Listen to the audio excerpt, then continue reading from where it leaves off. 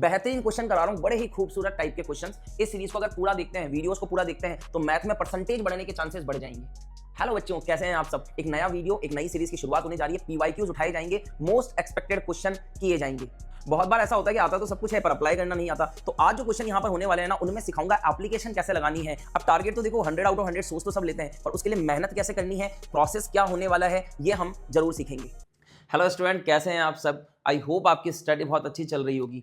अब भी यहाँ पर जो ये वीडियो होने वाला है ना, ये उन बच्चों के लिए है जिन्हें अपना सिलेबस 90% तक पूरा कंप्लीट कर लिया है और वो मैथ में अब टारगेट चाहते हैं 100 का। वो चाहते हैं कि वो 100 आउट ऑफ 100 बोर्ड में लेकर आए। तो उसके लिए मैंने एक सीरीज बनाई है। आज हम पार्ट 1 करेंगे और इसके कुछ पार्ट्स आएंगे, वो आप जरूर देखो, है ना। मोस्ट एक्सपेक्टेड क्वेश्चन आज हम करने वाले हैं 15 क्वेश्चन, ठीक है ना।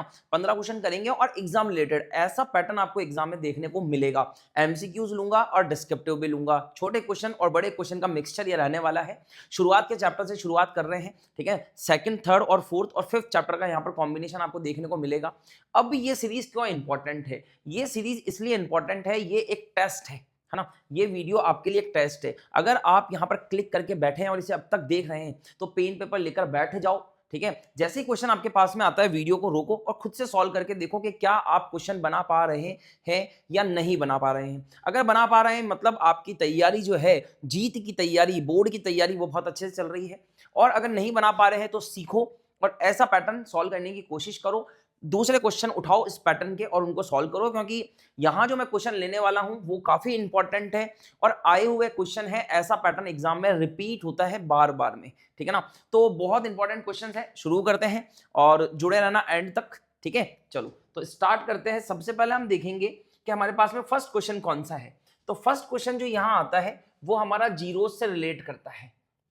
अब जीरो से रिलेट करता है मतलब क्या, मतलब यहां पर जो ये चैप्टर है आपका सेकंड, वहां से ये क्वेश्चन आया है, ठीक है ना। और ये भी प्रीवियस ईयर का क्वेश्चन है, ठीक है ना। अब यहां पर क्या पूछा है, zero of the polynomial. Polynomial हमारे पास में ये रहा, मैं यहां पर लिख देता हूं 7y² माइनस 11/3y माइनस 2/3। ये एक पॉलिनोमियल है और इसके लिए हमें जीरोस बताने हैं। चूंकि ये क्वाड्रेटिक पॉलिनोमियल है तो इसके दो सॉल्यूशन आएंगे, है ना। और क्वाड्रेटिक पॉलिनोमियल को आप मिडिल टर्म स्प्लिटिंग से सॉल्व कर सकते हैं। तो सबसे पहले हम यहां पर क्या करेंगे, इस पॉलिनोमियल के इक्वल टू में 0 लगाएंगे, ठीक है ना। और अगर 0 नहीं लगाना चाहते हो तो इसके सिंपल फैक्टर कर लो। फैक्टर करने के लिए हमें इसे थोड़ा सिंपल करना पड़ेगा। मैं यहां पर इस पूरी इक्वेशन को 3 से मल्टीप्लाई कर रहा हूं, ठीक है ना। मैं यहां पर पूरा सॉल्व करूंगा, लेकिन मैं इसको स्टेप्स वाइज स्टेप नहीं करूंगा, क्योंकि ये एमसीक्यूज है। यहां कोई जरूरी नहीं है कि आप डिस्क्रिप्टिव तरीके से इसको शो कीजिए, ठीक है ना। तो यहां पर हम 3 से मल्टीप्लाई करेंगे तो एक इक्वेशन आएगी 21y²। 3 से इसको कराया तो ये 3 कट हो जाएगा, तो -11y। और इसको 3 से कराएंगे तो ये बनेगा -6 बन गया। अब क्या करना है आपको, सॉरी -2 बनेगा यहाँ पर, है ना, 2 बनेगा, ये बन गया। अब आपको क्या करना है, 21 को 2 से मल्टीप्लाई कराना है तो आपको -42 मिलेगा, ठीक है ना। क्या मिलेगा, 42 मिलेगा। मिडिल टर्म स्प्लिटिंग कर रहा हूं मैं, ठीक है। तो अब आपको ऐसे दो नंबर चाहिए जो कि मल्टीप्लाई कराने पे 42 आ जाए, या फिर यूं कहें कि -42 आ जाए और एडिशन सब्ट्रैक्शन पे -11 आ जाए, ठीक है ना। तो बता सकते हो आप कौन से नंबर होंगे वो, ठीक है। सॉल्व करके देखिए एक बार। तो हम क्या करते हैं, 42 के फैक्टर करते हैं।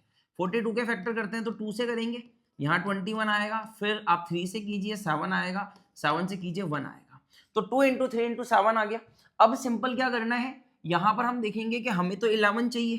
तो 11 कैसे आ सकता है, देखो आप, अगर आप यहाँ पर 7 2 जा 14 करते हैं और 3 लेते हैं, 14 और 3 का पेयर जो है वो आपको 42 दे देता है। और अगर 14 -14 + 3 आप करते हैं तो आपको -11 मिल जाता है, ठीक है ना। आपको आते होंगे पेयर बनाना, तो ठीक है ना, फिर भी मैंने आपको बता दिया, आप फैक्टराइज करके पेयर निकाल सकते हैं। तो यहां सिंपल हमारे पास में क्या बनेगा, 21y² माइनस 14y + 3y - 2, ठीक है। अब हम यहां पर इनके पेयर बनाएंगे और इनमें से कॉमन लेंगे, यही करते हैं। तो यहां से मैंने कॉमन निकाला 7y को, ठीक है। तो यहां देखो 3 बचेगा और y बचेगा, यहां बचेगा आपका -2, ठीक है। इनमें से कुछ भी कॉमन नहीं आता है तो क्या लेंगे, 1 लेंगे। प्लस का 1 हमने यहां पर लिया तो ये बनेगा 3y - 2। है ना, ब्रैकेट सेम चल रहे हैं मतलब हम भी सही चल रहे हैं। तो यहाँ पर हमारे पास में 3y माइनस 2 को अगर हम बाहर निकालते हैं तो यहाँ रहता है 7y प्लस 1। और अब क्या करते हैं, अब हम यहाँ पर इसे और इसे 0 के इक्वल रखेंगे। अगर देखो इसको 0 के इक्वल रखते हैं तो 2 उधर जाएगा और अपॉन में 3 जाएगा, मतलब 2/3। एक वैल्यू हमें क्या मिलेगी y की 2/3 मिलेगी, और दूसरी वैल्यू क्या मिलेगी, यहां से मैं डायरेक्ट कर रहा हूं, माइनस का 7/2। क्या मिलेगा, माइनस का 1/7। ठीक है ना, सॉरी मैंने गलत बोल दिया, क्योंकि 1 उधर जाएगा तो माइनस बनेगा और अपॉन में 7 आएगा तो माइनस का 1/7। अब देखो कौन सा ऑप्शन है, 2/3 और माइनस का 1/7 आपका डी ऑप्शन हो जाएगा। ये वाला ऑप्शन करेक्ट हो जाएगा। ठीक है ना, आसान क्वेश्चन था, पर थोड़ी सी जो पॉलिनोमियल दे रखा था वो आपको फ्रिक्शन फॉर्म में था, तो उसको हम सॉल्व करेंगे फिर आगे बढ़ेंगे। आगे ये बात समझ में नहीं आते हैं ना ऐसे पैटर्न, तो सीख लेना, बहुत इंपॉर्टेंट है। ठीक है, चलो बढ़ते हैं आगे क्वेश्चन की तरफ और सेकंड क्वेश्चन देखते हैं, जीरोस ऑफ दी पॉलिनोमियल। अब ये पॉलिनोमियल दे रखा है आपको, है ना, इसको थोड़ा मैं लिख देता हूं, यहाँ ये x की पावर 2 में जाएगा, माइनस का 3√2x और प्लस का 4 बनेगा। ठीक है ना, अब बच्चों को रूट वाले में प्रॉब्लम आती है और बोर्ड में जो क्वेश्चंस आते हैं वो रूट से रिलेटेड आते हैं। तो यहाँ पर क्या होगा कि हम यहाँ पर इस 2 के फैक्टर करेंगे, क्योंकि यहाँ तो देखो कुछ भी नहीं लिखा है, तो हम 4 के फैक्टर करेंगे। तो 4 के फैक्टर होते हैं 2 × 2। अब हमें रूट में चाहिए तो हम बोलेंगे कि इसको हमें क्या लिख सकते हैं भाई, √2 को हम क्या लिख सकते हैं, मतलब इस 2 को क्या लिख सकते हैं, √2 × √2, और ये हमारा 2 चल रहा है। तो हम क्या करेंगे कि यहां पर एक तो लेंगे 2√2 और एक सिंपल लेंगे √2। अब देखो अगर इसका और इसका एडिशन कराते हैं तो 3√2 मिलता है, और मल्टीप्लाई कराने पर आपको 4 मिल जाएगा, यही आपको चाहिए। बट यहां पर यहाँ माइनस आ रहा है, तो हम क्या करेंगे, इन दोनों को माइनस माइनस ले लेंगे, है ना, ध्यान रखना रूट में इसी तरीके से काम होता है। तो यहां बनेगा x² minus 2√2x minus √2x plus का 4। अब बच्चे बोलते हैं कि सर पहले आगे किसे रखना होता है, आगे हमेशा कुछ याद करने की जरूरत नहीं है, आगे हमेशा उसे रखेंगे जो हमारा बड़ा होता है। अब 2√2 बड़ा है ना, तो मैंने इसको आगे रख दिया, √2 को पीछे रख दिया। ठीक है, यहां से हम कॉमन निकालेंगे, तो यहां से क्या कॉमन आएगा, यहां से आपका x कॉमन आएगा, बस सिंपल। तो ये बनेगा आपका x माइनस, क्योंकि एक x बचेगा, 2√2। ठीक है, और यहां से क्या कॉमन आ जाएगा, एक तो माइनस, और 4 के फैक्टर है ये वाले, है ना, तो यहां से देखो यहां पर और यहां पर √2 कॉमन आ रहा है, तो हम √2 को बाहर निकाल लेंगे, तो ये हमारा बनेगा √2। तो यहाँ क्या बचेगा, x, फिर आएगा माइनस, और 4 में से एक √2 बाहर निकाल लिया तो 2√2 बचेगा। क्या बचेगा, 2√2। ये देखो ब्रैकेट भी आपके सेम चल रहे हैं, ब्रैकेट आपके दोनों तरफ इक्वल होने चाहिए, सेम होने चाहिए, तभी आप पता लगा सकते हैं कि जो आप काम कर रहे हैं वो सही है या गलत। तो अब आप क्या करेंगे, x माइनस 2√2 को कॉमन ले लेंगे, तो यहां बचेगा x माइनस √2। और अब क्या करना है, इसे और इसे 0 के इक्वल, इसे 0 के इक्वल पुट करेंगे तो 2√2 उधर जाकर पॉजिटिव बनेगा, तो x की वैल्यू आएगी 2√2 और एक वैल्यू आएगी √2। अब ऑप्शन देख लो, 2√2 और √2 वाला ऑप्शन बी है आपका, तो बी ऑप्शन आपका करेक्ट हो जाएगा। ठीक है ना, बहुत आसान क्वेश्चन है, आए हुए क्वेश्चन है ये, इसलिए ध्यान रखना, इन पे आपकी पकड़ होनी चाहिए, क्योंकि जो पैटर्न पूछा जाता है, जो पैटर्न रिपीट होता है, उस पर आपको काम करना है। एक्स्ट्रा तो हम करेंगी, बट पहले हम ये तो देखें कि पैटर्न कैसा चल रहा है, उसके अकॉर्डिंग चलेंगे। ठीक है, अब आगे बढ़ते हैं, हमारा थर्ड क्वेश्चन आता है अल्फा बीटा। काफी पूछे जाते हैं अल्फा बीटा ना, सेकंड क्वेश्चन सेकंड चैप्टर से रिलेट करता है ये कहता है alpha beta are the zeros of the polynomial. और पॉलिनोमियल क्या है आपके पास में, px is equal to x² minus ax minus b, ये पॉलिनोमियल है। Then the value of alpha plus beta plus alpha into beta. ठीक है ना, आपको ये बताना है alpha plus beta plus alpha into beta की वैल्यू किसके इक्वल होगी।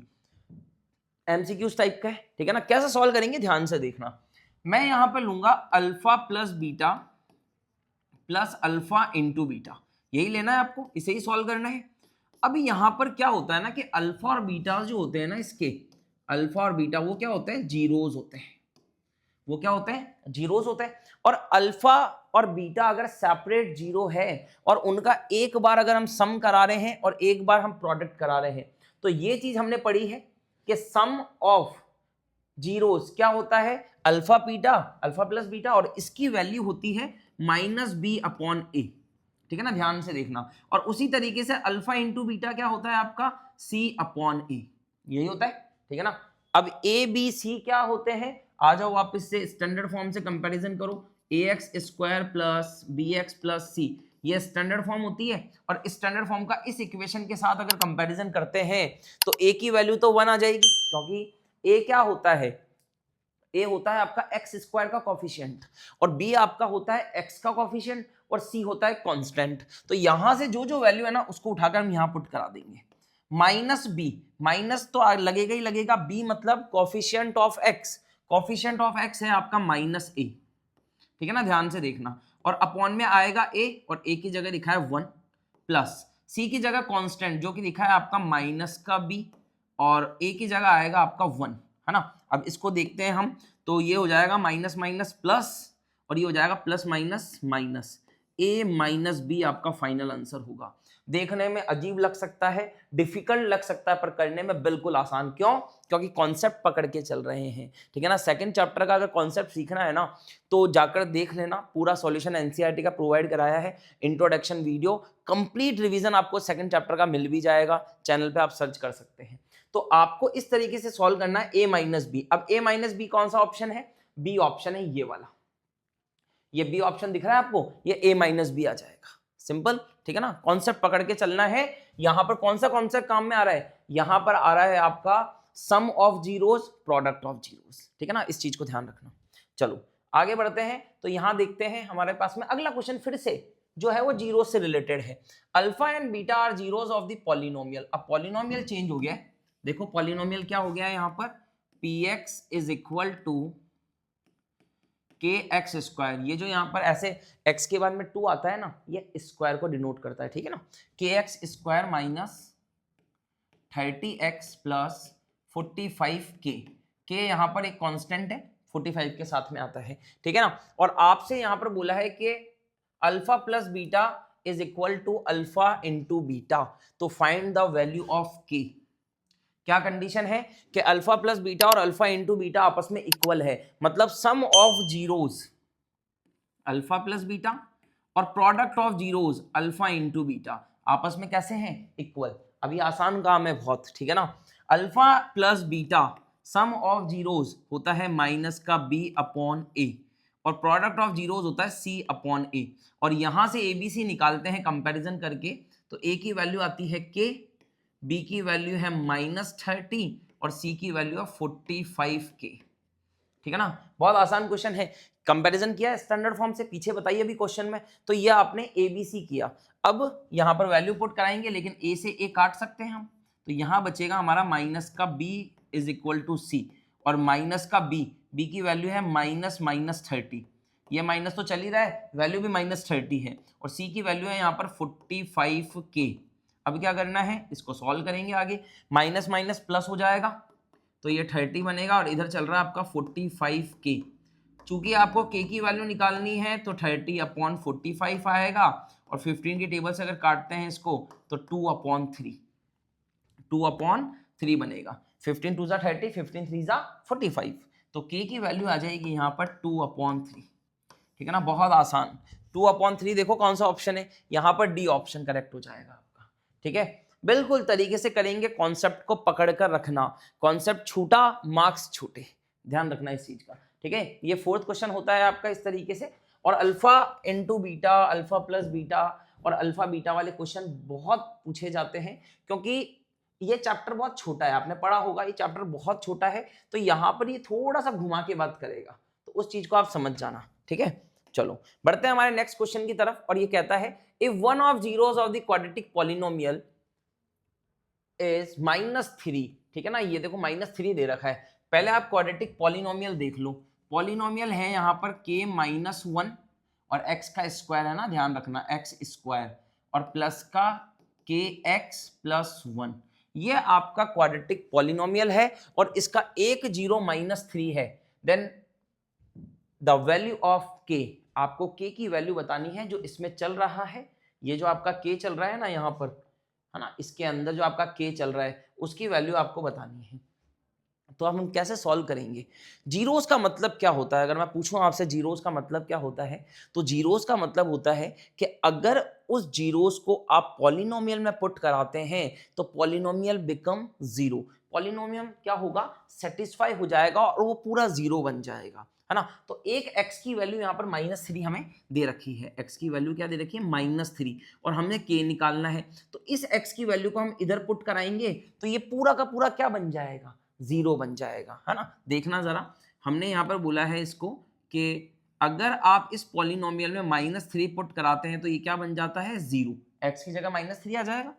तो पुट कराते हैं, k -1 तो हमारा ऐसे ही चलेगा, x स्क्वायर की जगह -3 का होल स्क्वायर आएगा, प्लस k आएगा, x की जगह -3 आएगा और प्लस का 1, और ये इक्वल टू में 0 बन जाएगा। देखो बिल्कुल आसान, x की जगह -3 पुट कराया है, बस यहाँ पर x की जगह -3 पुट कराया है, क्योंकि 3 जो है वो माइनस का है तो मैंने ब्रैकेट लगा के कराया है ताकि हम कहीं सिली मिस्टेक ना कर दे और हमारे मार्क्स ना कट जाए, है ना, इस चीज का ध्यान रखना। चलो अब क्या करेंगे, इसको सॉल्व करते हैं। तो ये बनेगा k -1, -3 का स्क्वायर क्या बनेगा, -3 इंटू -3 जो कि होता है आपका 9, क्या बनता है 9। और यहां पर अगर देखते हैं तो -3 k से मल्टीप्लाई होकर -3 प्लस -3k बन जाएगा और प्लस का 1 इक्वल टू 0 आ जाएगा। सिंपल है, बिल्कुल बेसिक कैलकुलेशन है। अब 9 को अंदर मल्टीप्लाई कराएंगे तो ये बनेगा 9k -9 -3k plus 1 equal to 0। ठीक है, 9k में से आप -3k करते हैं तो आपको 6k मिलता है, और -9 प्लस 1 माइनस का 8 इक्वल टू 0 बनता है, यही बनेगा। सिंपल है, बिल्कुल बेसिक कैलकुलेशन है ना। 9k -3k 6k बना, -9 प्लस 1 -8 बना। अब 8 को उधर भेजेंगे तो ये आपका बनेगा यहाँ पर 6k इज इक्वल टू 8, और k की वैल्यू आ जाएगी 8/6, काट देंगे 2 की टेबल से तो ये आपका बनेगा k की वैल्यू 4/3। 4/3 ऑप्शन में देखो कहाँ है, 4/3 ऑप्शन नंबर ए आपका सही हो जाएगा। ठीक है, बिल्कुल बिल्कुल बेसिक है ना, बिल्कुल बेसिक कैलकुलेशन है, और काफी इंपॉर्टेंट रहता है ऐसे क्वेश्चन जहां पर आपके के चलता है, पी आ जाता है, कोई भी दूसरा कोफिशिएंट आ जाएगा, कांस्टेंट आ जाएगा और उसकी वैल्यू पूछेगा। ठीक है ना, तो ये चीज आपको ध्यान रखनी है। ठीक है, बढ़ते हैं हमारे 6 क्वेश्चन की तरफ, और ये जो क्वेश्चन है आपका वो 3rd चैप्टर से रिलेट करता है। जो आपकी pair of linear equation chapter है 2 वेरिएबल, वो वहां से रिलेट करेगा ये वाला क्वेश्चन, है ना। ये क्वेश्चन काफी इंपॉर्टेंट है जो मैं आपको करा रहा हूँ, एग्जाम में ऐसा पैटर्न पूछा जाता है, ऐसी क्वेश्चंस पे आपकी पकड़ होनी चाहिए, मुफ्त के नंबर होते हैं ये। ठीक है ना, घुमा के ज्यादा बात नहीं करता, थोड़ा बहुत क्वेश्चंस को आगे पीछे करेगा और आपसे सॉल्यूशन मांगेगा। ठीक है, तो अब यहाँ पर इस क्वेश्चन को पढ़ते हैं। A man lent a part of his money at 10% per annum and the rest at 15% per annum, है ना। एक आदमी है यहाँ पर जो अपने पैसे को, है ना, एक आदमी है यहाँ पर जो अपने पैसे को उधार देता है ना। थोड़ा पैसा तो देता है 10% पर एनम पर, और बाकी जो बचा हुआ पैसा है उसको देता है 15% पर एनम पर, है ना। जैसे हम इंटरेस्ट पे पैसा देते हैं, ब्याज पे पैसा देते हैं, तो हम क्या करने वाले हैं यहाँ पर कि ये जो आदमी है ये 10% पे जो पैसा देता है उसको हम मान लेते हैं x फॉर 10%, ठीक है ना, और जो y है वो मान लेते हैं y फॉर 15%, है ना। रेस्ट जो मनी रहने वाली है वो 15% पे जाएगी, ठीक है ना। अब परसेंट कैसे निकालते हैं, x ऑफ 10%, यहां रफ में निकाल के दिखा देता हूं आपको। x ऑफ 10% अगर निकालते हैं ना अपन, तो ये आता है x इंटू 10 और अपॉन में 100 लगेगा, ऐसा ही सूत्र बनेगा, ये वाली चीज आ जाएगी आपकी फर्स्ट। और उसी तरीके से y का निकालेंगे 15, तो y इंटू 15 अपॉन में 100 आ जाएगा, है ना। इस चीज का ध्यान रखना, ये ऐसे ही सॉल्व होगा क्वेश्चन। तो अब ये कहता है कि x जो है वो आपने 10% पे दिया, तो हमने बोला कि भैया ठीक है, कंडीशन बनाते हैं, फर्स्ट कंडीशन बनाते हैं यहाँ पर। x हमने दिया 10% पर 100 आ जाएगा, और y हमने दिया 15% पर 100 आ जाएगा। अब क्वेश्चन पढ़ते हैं आगे। His income at the end of year is 1900, और इस तरीके से जो उसको पैसा मिलता है 10% और 15% से, वो टोटल आपका बनता है 1900, ठीक है। समझ में आई बात कि यहां जो पैसा दिया उससे जो इनकम हुई और यहां जो पैसा दिया उनसे जो इनकम हुई, दोनों इनकम का सम जो है वो आपका बनेगा 1900। समझ में आ गई बात, सिंपल है बहुत, है ना। चलो तो इसको थोड़ा सिंप्लीफाई करते हैं हम। तो इसको सिंप्लीफाई करने पे हमारे पास में क्या मिलेगा हमें, देखो यहाँ पर 100 का एलसीएम लेते हैं तो ये बनेगा 10x प्लस 15y और 100 को यहाँ भेज दिया मैंने, तो ये बनेगा 900 और 00, ठीक है ना। 100 मल्टीप्लाई होगा, ये फर्स्ट इक्वेशन आ गई, ठीक है।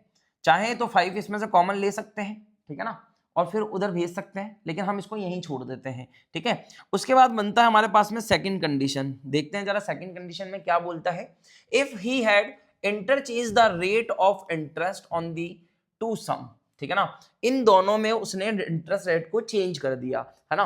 पहले x पे 10 था, y पे 15 था, अब y पे 10 आ जाएगा, x पे 15 चल जाएगा, और ऐसा करने से उसे क्या होता है, he would have earned 200 rupees more, और उसको 200 रुपए ज्यादा मिलते हैं, वो 200 रुपए ज्यादा अर्न करता है, मतलब 1900 कर रहा था ना, अब 2100 करेगा, ठीक है। तो हम इसको इंटरचेंज करते हैं और सेकंड कंडीशन बनाते हैं। y के पास में 10 और x के पास में 15, तो ये बनेगा 15x upon 100 plus 10y upon 100, और यहां आपका क्या आ जाएगा 200 मोर, मतलब 2100 रुपए आ जाएंगे, ठीक है ना। अब इसको हम थोड़ा सिंप्लीफाई करेंगे तो ये बनेगा 15x plus 10y is equal to 2100, और 100 यहां से जाएगा तो ये भी 00, तो ये सेकंड इक्वेशन बन जाएगी।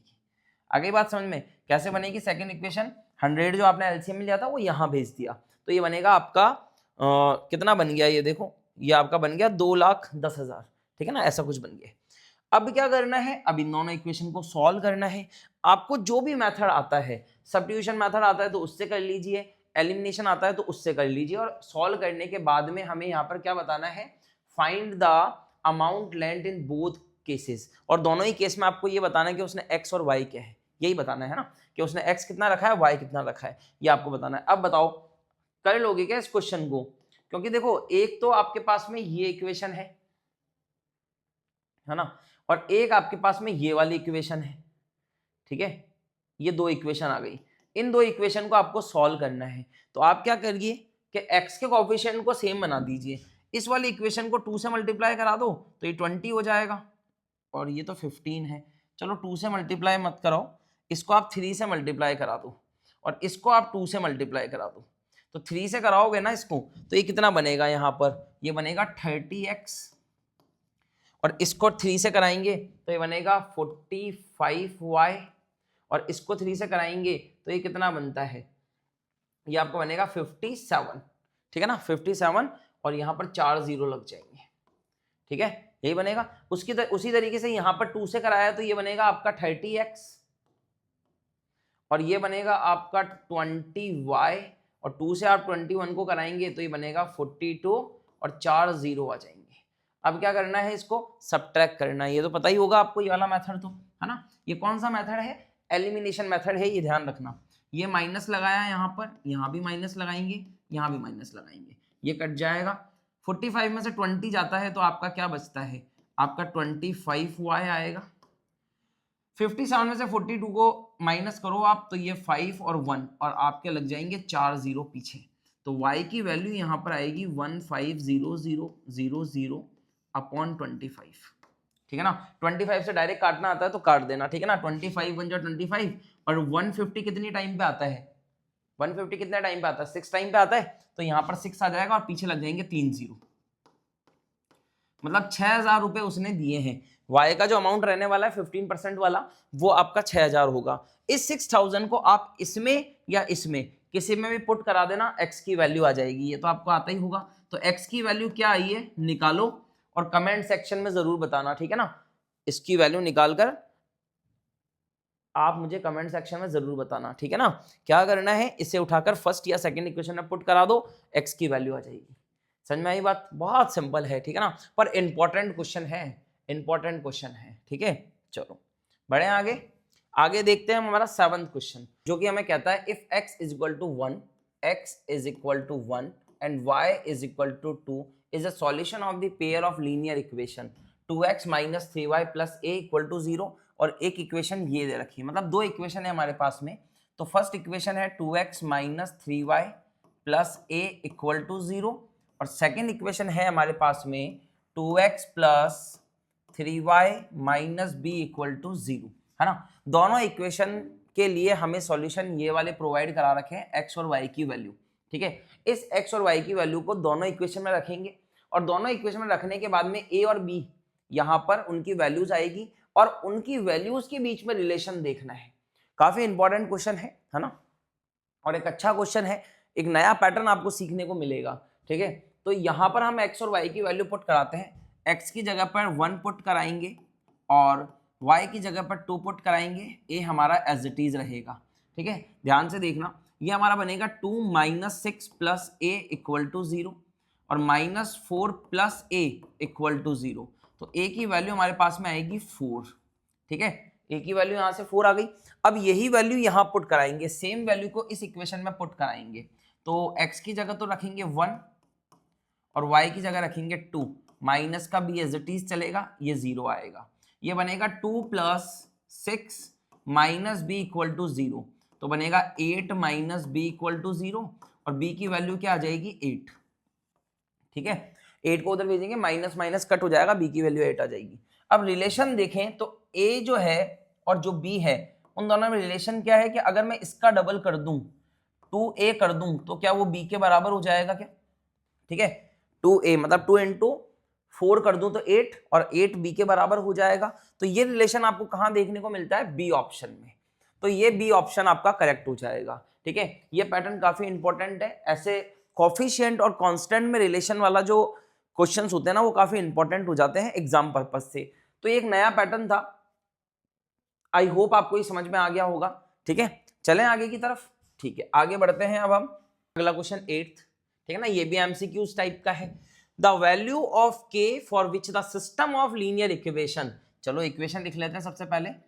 6x + y = 3k और दूसरी इक्वेशन है आपके पास में 36x + 6y = 3, यही है ना। और ये कहता है कि इनके लिए इनफाइनाइट मैनी सॉल्यूशन है। ये दोनों इक्वेशन जो है वो इनफाइनाइट मैनी सॉल्यूशन बनाती है। इनफाइनाइट मैनी सॉल्यूशन मतलब एक के ऊपर एक कोइंसिडेंट, है ना। तो आप यहां पर किसकी वैल्यू बताइए? k की वैल्यू बताइए। तो अगर ये इनफाइनाइट मैनी सॉल्यूशन बनाती है तो रेशो वाला कॉन्सेप्ट पता है आपको, तीनों रेशो बराबर होंगे इसके। ठीक है ना, तीनों रेशो क्या होंगे? बराबर होंगे। तो चलो एक काम करते हैं, पहले इसको स्टैंडर्ड फॉर्म में कन्वर्ट करते हैं। तो 6x + y - 3k = 0, 3k को इधर लिया है। उसी तरीके से ये बनेगा 36x + 6y - 3 = 0। और अब इनफाइनाइट मैनी सॉल्यूशन के लिए रेशो देख लेना, a1/a2 = b1/b2 = c1/c2। ये वाला जो है कॉन्सेप्ट यहां पर रेशो वाला रहेगा आपके इनफाइनाइट मैनी सॉल्यूशन के लिए। तो a1/a2 मतलब ये a1, ये b1, ये c1, उसी तरीके से ये a2, ये b2, ये c2। तो a1/a2 मतलब 6/36 और k आपको किस में मिलेगा? चलो b1 भी लिख लेते हैं यहाँ पर, 1/b2, b2 बनेगा आपका 6 = c1, c1 है -3k और c2 है आपका -3। ठीक है ना, कोई भी रेशो उठा लो यहां से वैल्यू मिल जाएगी आपको। तो हम एक काम करते हैं, ये वाली वैल्यू उठा लेते हैं। ठीक है ना, ये वाली वैल्यू उठा लेते हैं और अब हम बोलेंगे भैया कि 1/6 = -3k/-3, -3 से -3 जाएगा तो k की वैल्यू आ जाएगी आपकी सिंपल 1/6। क्या वैल्यू आ जाएगी? 1/6। और 1/6 कौन सा ऑप्शन रहेगा? बी ऑप्शन रहेगा। ठीक है, इस तरीके से इसको सॉल्व करना है, कोई लोड नहीं लेना दिमाग में, बस कॉन्सेप्ट को पकड़कर चलना है, क्वेश्चन का आंसर आ जाएगा, सॉल्यूशन इजीली निकल जाएगा। ठीक है, चलो तो ये 8 क्वेश्चन कंप्लीट होता है हमारा। अब बढ़ते हैं हम हमारे 9th क्वेश्चन की तरफ। और अभी ये कहता है कि इफ द क्वाड्रेटिक इक्वेशन, है ना, ये क्वाड्रेटिक इक्वेशन है, इसको मैं यहां लिख लेता हूं, px² - 2√5 px + 15 = 0 has 2 equal roots, then find the value of p। ठीक है ना, यहां पर देखो p जो है ना वो कोफिशिएंट की तरह चल रहा है, p जो यहाँ पर चल रहा है वो कोफिशिएंट की तरफ चल रहा है, और ये बोलता है कि इस क्वाड्रेटिक इक्वेशन के लिए 2 इक्वल रूट्स आते हैं। अब 2 इक्वल रूट्स कब आते हैं?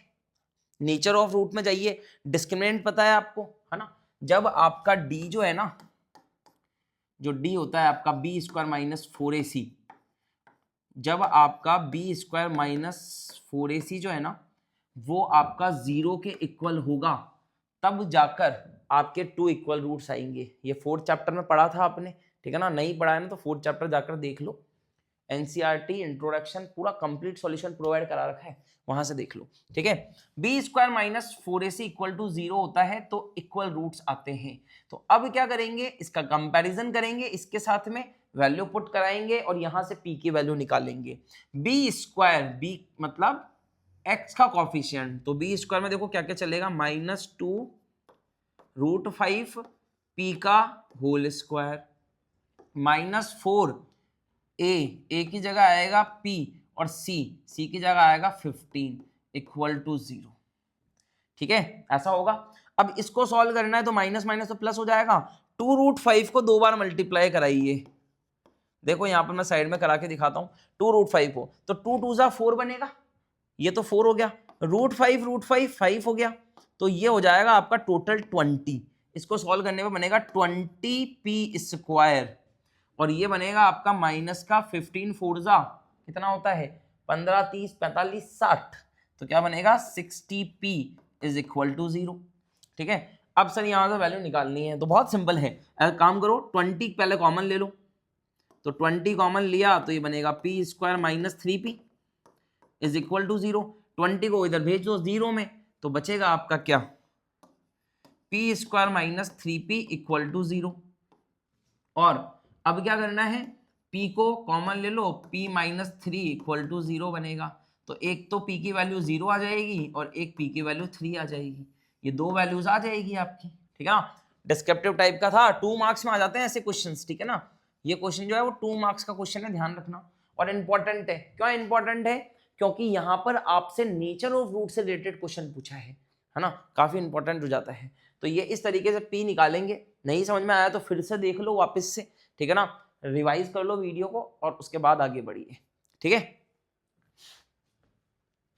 आगे बात समझ में, चलो तो ये अच्छा एक खूबसूरत सा क्वेश्चन था ये, ठीक है ना। चलो तो 10th क्वेश्चन की तरफ बढ़ते हैं आगे।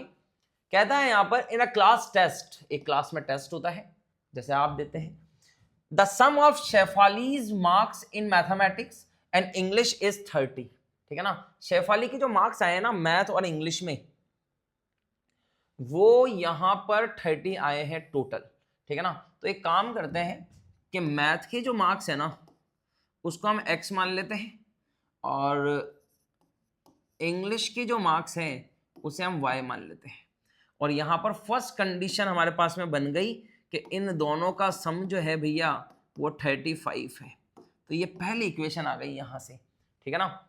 समझ में आई बात, ठीक है, आसान है। क्या किया है, शेफाली ने टेस्ट दिया है और उसके मैथ और साइंस दोनों में मिलाकर, सॉरी मैथ और इंग्लिश, चूंकि मैं मैथ और साइंस पढ़ाता हूं इसलिए साइंस बहुत दिमाग में चलता है ना। तो मैथ और इंग्लिश के मार्क्स है 35 नहीं है 30 है, ठीक है ना। कितने हैं 30, ये 30 मार्क्स हो गए। अब सेकंड कंडीशन बनाएंगे, उसमें थोड़ा एफर्ट लगेंगे, है ना। सेकंड कंडीशन देखते हैं कैसे बनेगी, कौन सा चैप्टर से रिलेट कर रहा है क्वेश्चन, ये आपके 3rd चैप्टर से रिलेट कर रहा है ना, ध्यान रखना। If she got 2 marks more in mathematics, ठीक है, मैथमेटिक्स में उसको 2 मार्क्स ज्यादा मिल जाते हैं, x की जगह x+2 मिल गए, ठीक है ना। And 3 marks less in English, और इंग्लिश में उसको 3 मार्क्स कम मिल गए, मतलब y-3 मिल गया। The product for their marks would have been 210, और इनका जब प्रोडक्ट कराते हैं तो ये प्रोडक्ट जो है वो 210 आता है, ठीक है। क्या होगा, यहां से जब आप इसका प्रोडक्ट कराते हैं तो आपका यहां पर 210 आएगा। अब ये क्वेश्चन 3rd चैप्टर से रिलेट करता है या 4th चैप्टर से, ये हमें सोचना पड़ेगा, ठीक है ना। कैसे, क्योंकि जब मैं इसको मल्टीप्लाई कराना जाऊंगा तो यहां पर x और y आ जाएगा, x y मल्टीप्लाई में आ गया, है ना, मतलब गड़बड़ है, मतलब 3rd चैप्टर से तो नहीं आ रहा है ये। क्या इसको 4th चैप्टर से बनाया जा सकता है क्या, तो चलो देखते हैं बनाया जा सकता है या नहीं बनाया जा सकता, है ना। ध्यान से देखना, वापस से देखते हैं, है ना। मैथ के मार्क्स है मान लीजिए x, तो साइंस के जो है वो 30 माइनस एक्स होंगे कि नहीं होंगे? कैसे होगा सर 30 माइनस एक्स? क्योंकि टोटल मैथ और साइंस के x है, अगर एक में x आ गए तो दूसरे में 30 माइनस एक्स आएंगे। और अब कंडीशन जो है आपकी वो किस तरीके से बनेगी, ध्यान देखना। कंडीशन ये है कि अगर इसमें 2 मार्क्स बढ़ा दें, x प्लस 2 करा दें, और इसमें 2 मार्क्स कम कर दें, मतलब 30 माइनस एक्स माइनस 2 कर दें, तो दोनों का प्रोडक्ट 210 आता है, ठीक है ना। तो यहाँ पर x प्लस 2 मिलेगा, यहाँ 30 माइनस 2 जो है वो 28 माइनस एक्स बनेगा, और ये बनेगा 210, ठीक है ना। अब आगे क्या करना है आपको, अब आगे क्या करना है, मल्टीप्लाई करा दीजिए इसको, तो ये आपका बनेगा 28x माइनस एक्स स्क्वायर, और ये प्लस का 28 जब 2 से मल्टीप्लाई होगा तो ये बनेगा 56, ये बनेगा, और 2 से कराएंगे इसको तो minus 2x is equal to 210, ऐसा बनेगा। इसको हम क्वाड्रेटिक इक्वेशन है ये, आपको सॉल्व करेंगे इसको। चलो इसको सॉल्व करते हैं। तो यहाँ पर देखो 28x और माइनस का 2x बन जाता है 26x माइनस एक्स स्क्वायर, और 210 को इधर लिया है तो ये बनेगा 56 माइनस 210 इक्वल टू में 0, ठीक है ना। समझ में आई बात? थोड़ा और सिंप्लीफाई करेंगे तो बनेगा 26x माइनस एक्स स्क्वायर। अब 56 माइनस कराओ इसमें से तो माइनस का आएगा क्योंकि ये माइनस बड़ा है, तो ये बनेगा 154, यही बनेगा, गलत तो नहीं है कुछ, ठीक है, 154 बनेगा, ठीक है।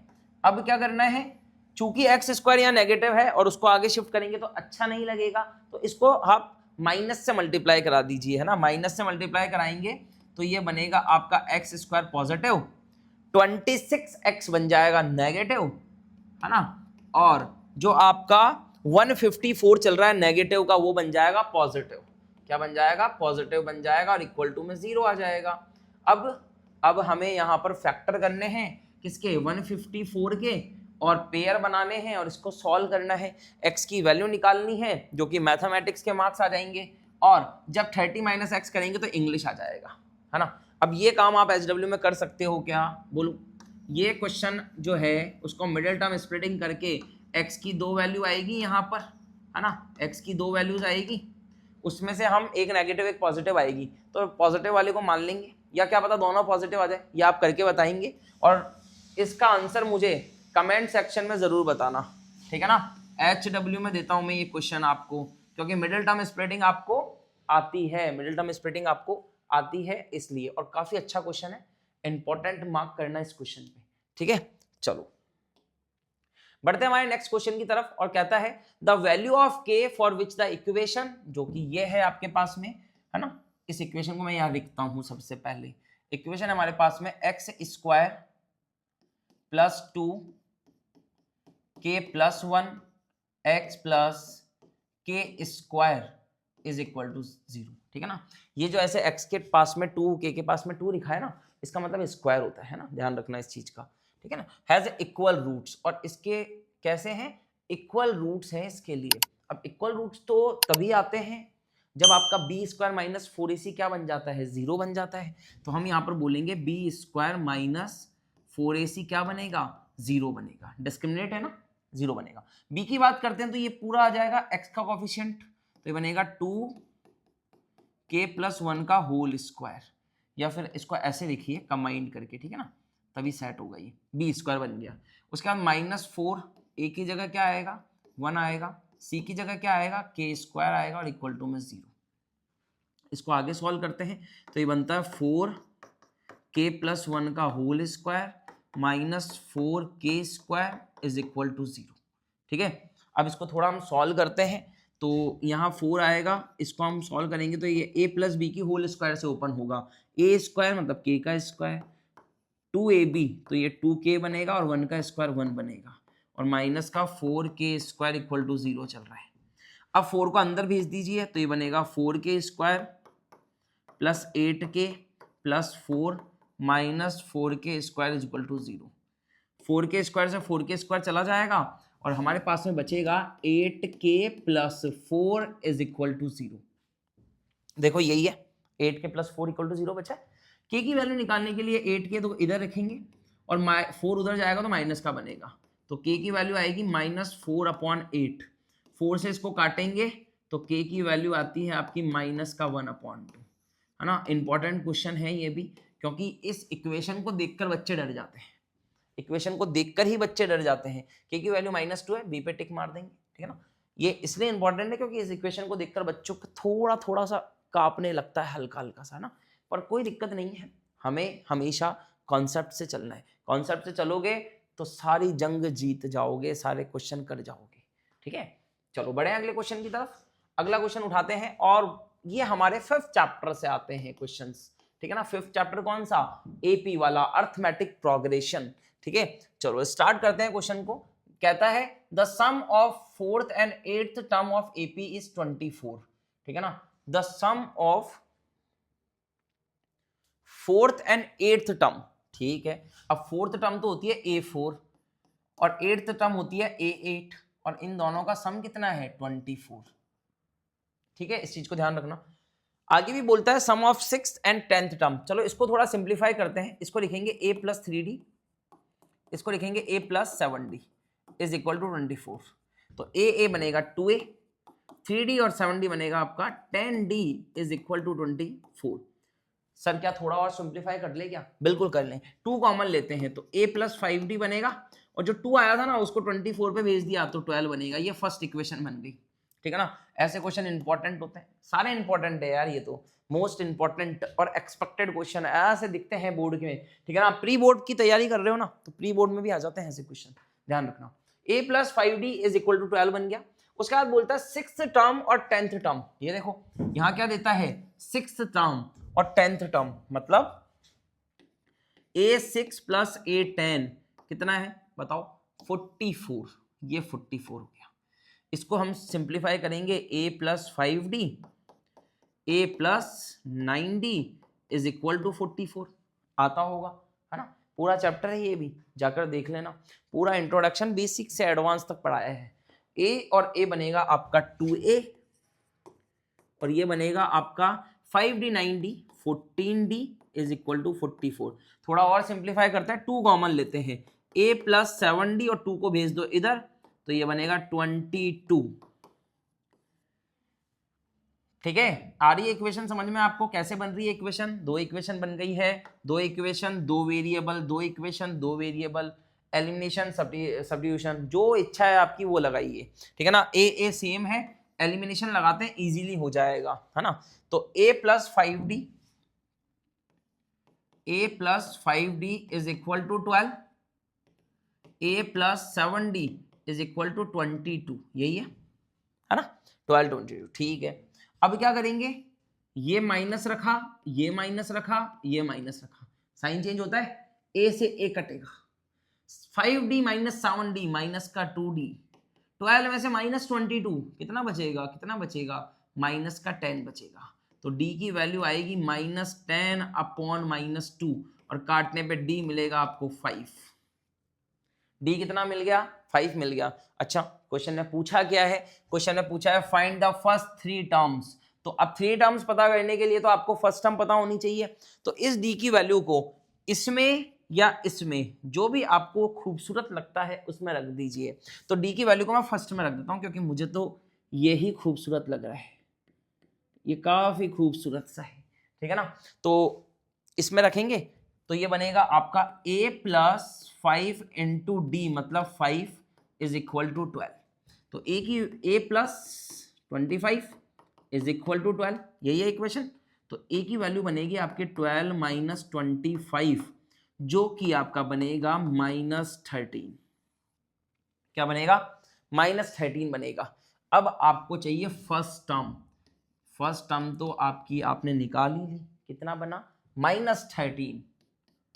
आपको चाहिए a2 जो कि बनती है a1 + d।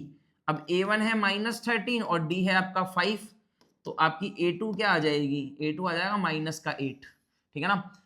मेरा पर्सनली फेवरेट चैप्टर है एपी क्योंकि 2 कॉन्सेप्ट चैप्टर खत्म, ठीक है ना। आपको an का फॉर्मूला पता होना चाहिए, sn का फॉर्मूला पता होना चाहिए और ये चैप्टर खत्म हो जाएगा, ठीक है ना। ज्यादा जान नहीं है, चैप्टर लेंदी है ना। एक्सरसाइज 3 है, क्वेश्चन बहुत सारे हैं बट चैप्टर में ज्यादा जान नहीं है। तरीके से पढ़ोगे कॉन्सेप्ट को पकड़ के चलोगे तो बड़े बड़े क्वेश्चन भी सॉल्व हो जाएंगे। ये A2 मिल गया। अब A3 कैसे निकालते हैं? A2 प्लस डी करा दो सर। तो A3 निकालने के लिए A2 प्लस डी मतलब -8 + 5, तो A3 आ जाएगा आपका -3, है ना। A3 क्या आ जाएगा? -3। अब देखो देखने वाली बात है यहां पर कि A1 -13, A2 -8 और A3 -3, मतलब सीरीज आपकी नेगेटिव से पॉजिटिव की तरफ जा रही है, ठीक है ना। कहां जा रही है? नेगेटिव से पॉजिटिव की तरफ।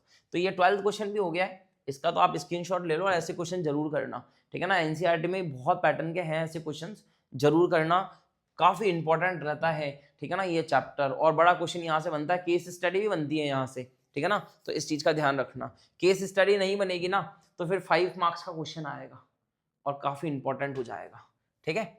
चलो आगे बढ़ते हैं हम 13th क्वेश्चन की तरफ, और ये कहता है the first term of AP is 5। बढ़िया बात, बहुत बढ़िया। A1 = 5 होता है और लास्ट टर्म जो है वो 45 है, मतलब AN जो है ना वो 45 है। A1 और AN मिल जाए तो मजा ही मजा, ठीक है ना। उसके बाद बोलता है सम इज 400।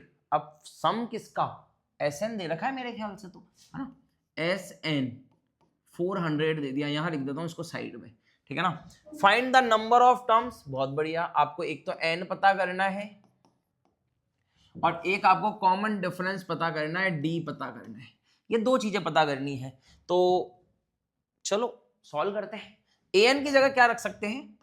a + n - 1d = 45, ठीक है ना। ये हो गया।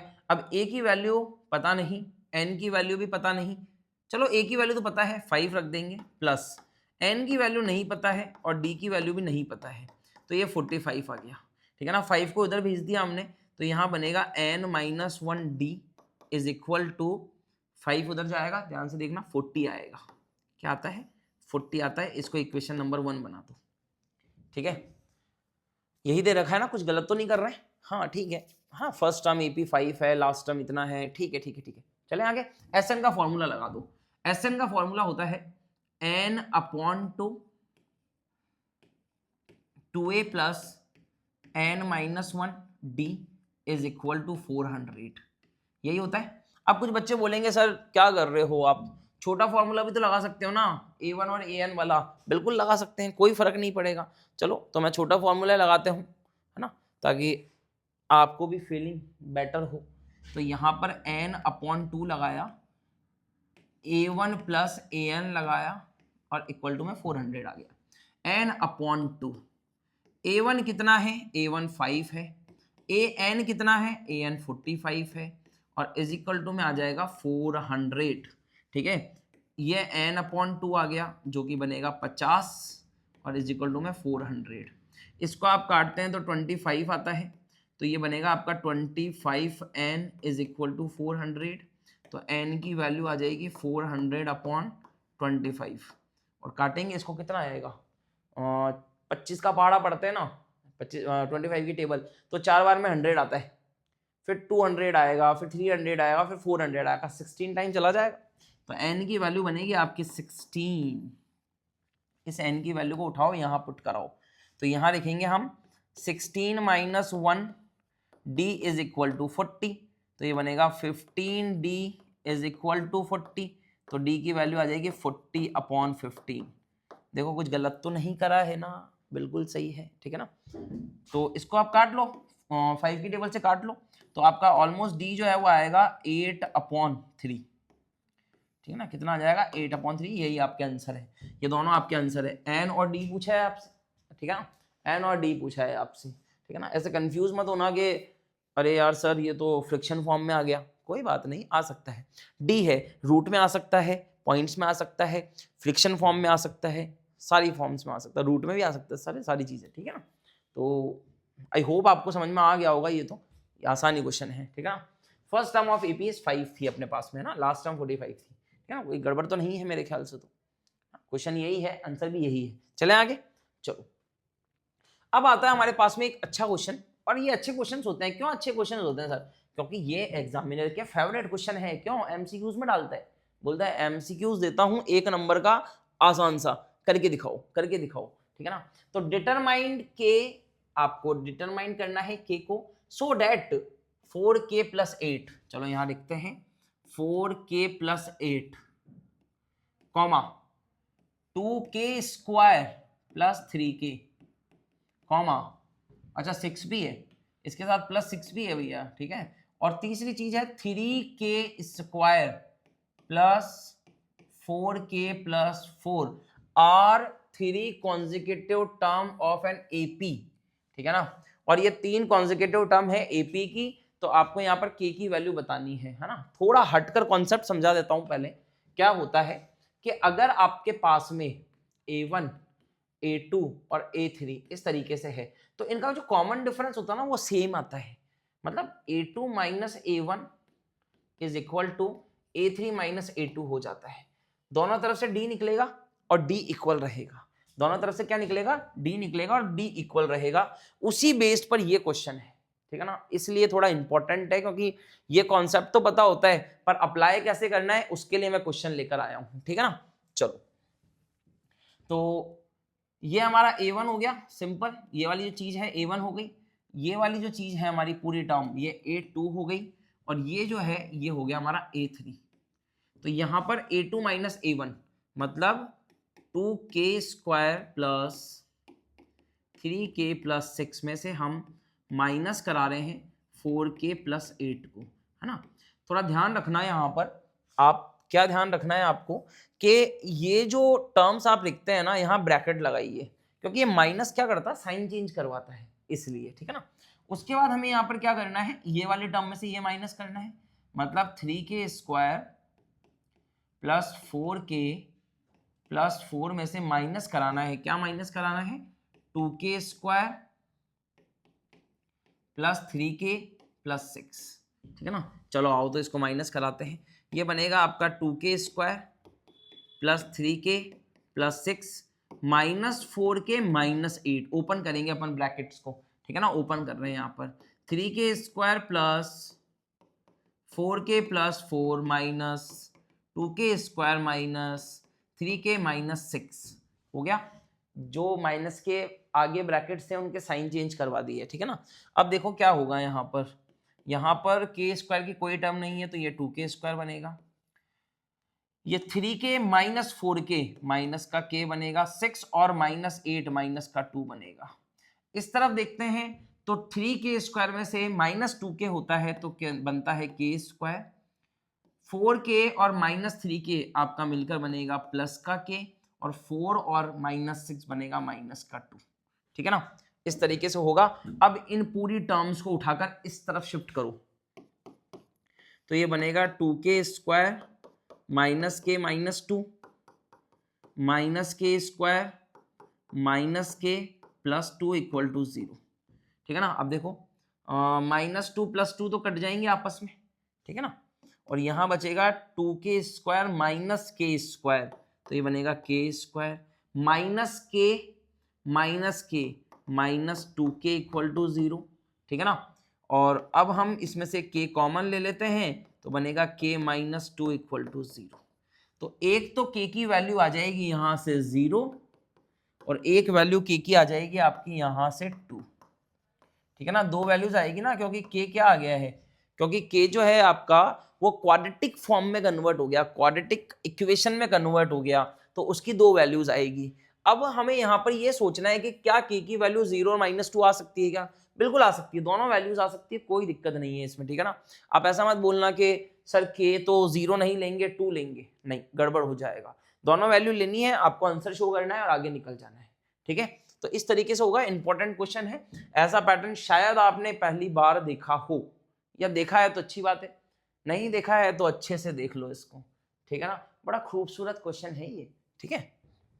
ये इंपॉर्टेंट क्वेश्चन है। क्यों इंपॉर्टेंट है? क्योंकि ऐसा पैटर्न आपने शायद कहीं नहीं देखे हो, और देखे हो तो आपने इनको स्किप कर दिया होगा। यहां सीख लो ये पैटर्न, ठीक है ना, बहुत इंपॉर्टेंट है। ये कहता है यहां पर if S1 S2 S3 are the sum of n terms of 3 APs, है ना, 3 AP है अलग अलग, और उनका यहाँ पर S1 S2 S3, है ना, क्या है, सम है एन टर्म्स का।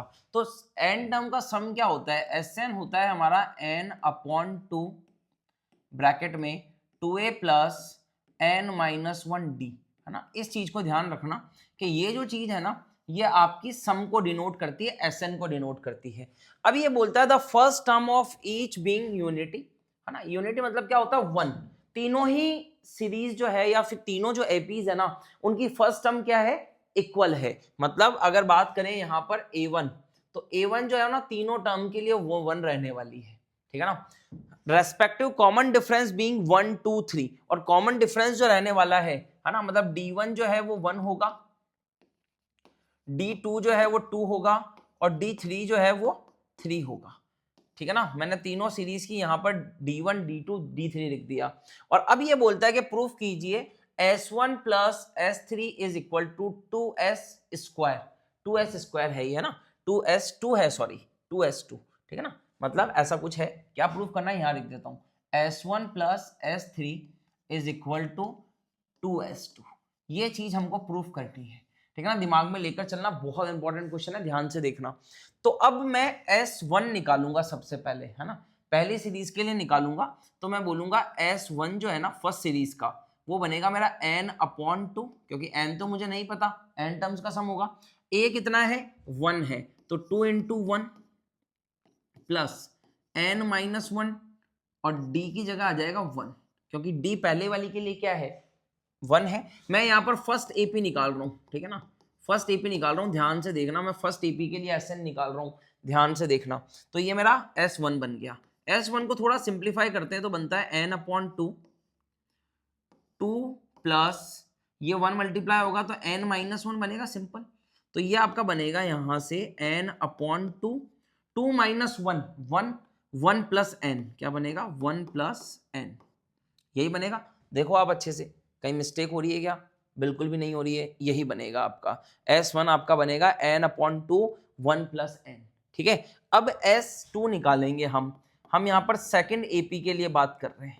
तो S2 निकालेंगे तो ध्यान से देखना, n की जगह तो n ही रहेगा, यहाँ 2 रहेगा, a की जगह 1 रहेगा, और d की जगह 2 रहेगा। तो 2 इंटू 1 प्लस n माइनस 1, और d की जगह आ जाएगा 2। इसको थोड़ा सिंप्लीफाई करते हैं तो ये बनता है n अपॉन टू प्लस 2 को अंदर मल्टीप्लाई कराया तो 2n माइनस 2, ठीक है ना।